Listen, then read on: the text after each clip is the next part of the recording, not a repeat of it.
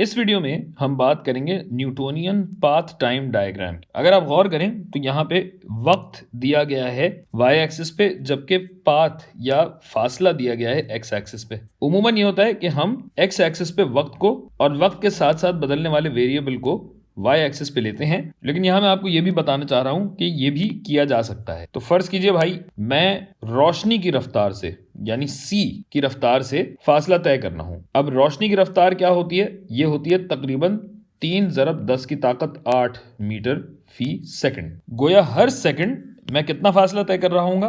पहले सेकंड में मेरा फासला होगा 3 × 10⁸, फिर अगले सेकंड में क्या होगा? 6 × 10⁸, फिर हो जाएगा 9 × 10⁸। गोया वक्त के एतबार से मेरा तय करदा फासला बन रहा है कुछ यूं। जाहिर है ग्राफ नहीं है तो ये सब लाइन पे नहीं आ रहे, लेकिन बात आप समझ गए हैं। अब इसी तरह आप हैं जो सीखने की लगन में मेरे पीछे पीछे आ रहे हैं, लेकिन आपके पास इतनी रफ्तार कहाँ है? आपकी रफ्तार है रोशनी की रफ्तार का आधा, 0.5c। तो मतलब अगर आधा है तो इसका मतलब क्या हुआ भाई कि एक सेकंड में अगर मैं 3 × 10⁸ का फासला तय कर रहा हूं तो आपका क्या होगा? इसका आधा होगा।